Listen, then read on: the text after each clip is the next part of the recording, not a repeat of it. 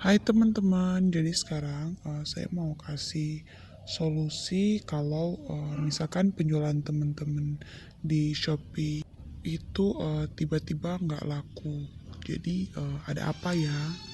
Jadi itu pasti ada alasannya ya teman-teman.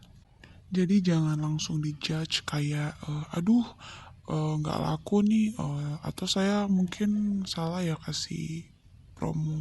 Atau ngasih iklan nih gitu. Jadi itu belum tentu ya. Jadi oke, kita mulai aja ya teman-teman. Jadi di sini ada protokolnya. Nah, jadi di sini saya akan jabarkan protokol yang biasa saya lakukan.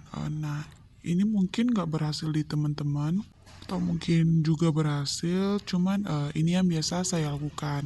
Nah, jadi bentuknya seperti flowchart ya, teman-teman. Nah, jadi di sini produk di Shopee tiba-tiba nggak laku, itu yang pertama harus dicek dulu. Jadi dicek dulu seberapa nggak laku. Jadi jangan hanya feeling ya, kayak aduh kemarin 10 sekarang 7. Kalau sehari itu terlalu cepet, kayak ukur per minggu. Jadi kayak minggu ini apakah lebih nggak laku daripada minggu lalu. Contohnya, misalkan nih minggu lalu itu terjual 100 pieces. Lalu minggu ini terjual cuma 80 pieces. Nah, berarti ini jelas ada penurunan. Atau misalnya juga kayak minggu lalu ternyata 2000 pieces. Nah, sekarang 1000 pieces. Nah, ini jelas ada penurunan ya. Jadi harus dicek. Nah, jadi ini penting ya, teman-teman.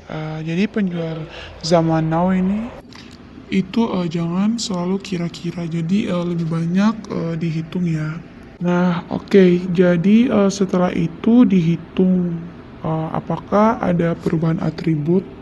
Apakah dalam rentan waktu yang teman-teman rasa produk menjadi nggak laku itu, apakah teman-teman ada rubah judul atau rubah foto atau rubah deskripsi? Jika iya, itu jangan diulang ya teman-teman. Jadi Anda jangan mengulang, mengubah judul atau deskripsi judul sama fotonya jika tanpa alasan.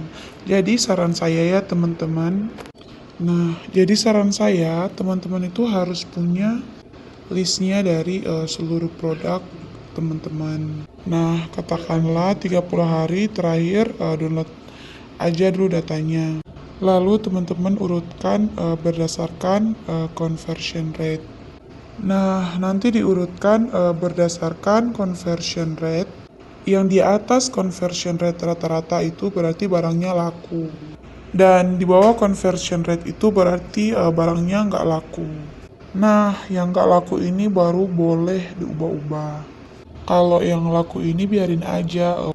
Nah, jadi gitu. Jadi untuk conversion rate itu dibiarin aja ya kalau barangnya laku.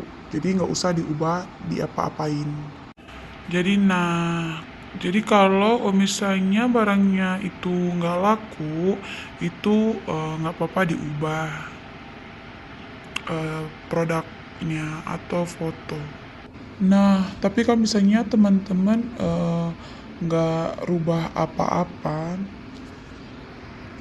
judulnya itu dibiarin, terus tiba-tiba memang drop aja, itu dicek kunjungan produknya. Jadi kalau misalnya teman-teman turunnya itu ketemu di angka 20%, terus pengunjungnya juga turun 20%, artinya turun. Tapi kalau cuman turunnya 10%, itu anggap aja sama ya, bukan naik, bukan turun pengunjungnya.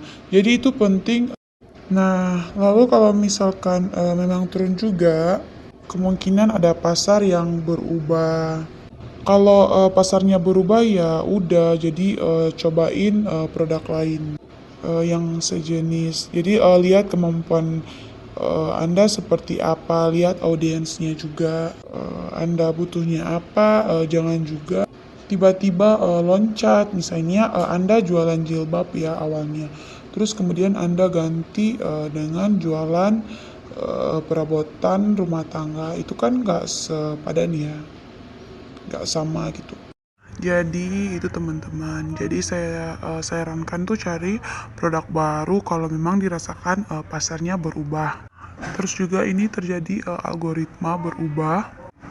Tapi untuk sepengalaman saya itu nggak terlalu drastis di algoritma Shopee berubah. Nah, jadi kalau algoritma berubah dan emang turunnya karena itu di reset lagi ya teman-teman. Jadi terpaksa di reset lagi, reset iklan, reset atribut, reset produk lagi. Tapi itu nggak apa-apa karena semua ngalamin hal yang sama juga. Nah, kalau yang gawat nih, kalau ternyata kunjungannya naik, penjualannya malah turun. Itu gawat banget, teman-teman. Jadi itu artinya kan conversion rate-nya turun, karena kan yang misalnya sebelumnya kunjungan misalnya 1.000 nih, terus yang terjual 100. Lalu misalnya kunjungan 1.200, terus yang terjual malah 80. Nah, ini kan gawat ya, artinya tuh orang lebih banyak melihat daripada membeli. Nah, jadi itu solusinya biasanya kalau yang saya alamin itu berhasil ya. Jadi yang pertama itu kita kasih diskon, terus dikasih voucher. Nah, artinya itu orang-orang yang datang itu tuh nggak jadi beli karena kayak aduh ini kemahalan deh, atau aduh ada yang lebih murah. Tapi kalau kita kasih voucher itu bisa aduh lumayan nih gitu kan. Jadi biasanya kalau kita kasih voucher itu tuh lebih mengunggah untuk beli. Artinya cover conversionnya itu naik. Lalu yang kedua mungkin teman-teman tuh jarang sadari itu adalah masalah assortment atau availability.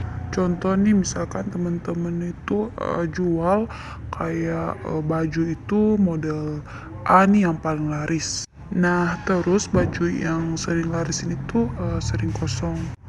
Nah, artinya kan penurunan omset ya kan, penurunan penjualan karena kan orang itu mau beli itu yang model A tapi ternyata kosong. Nah, makanya itu pastikan varian yang SKU atau yang best sellernya itu terjaga. Nah, oke.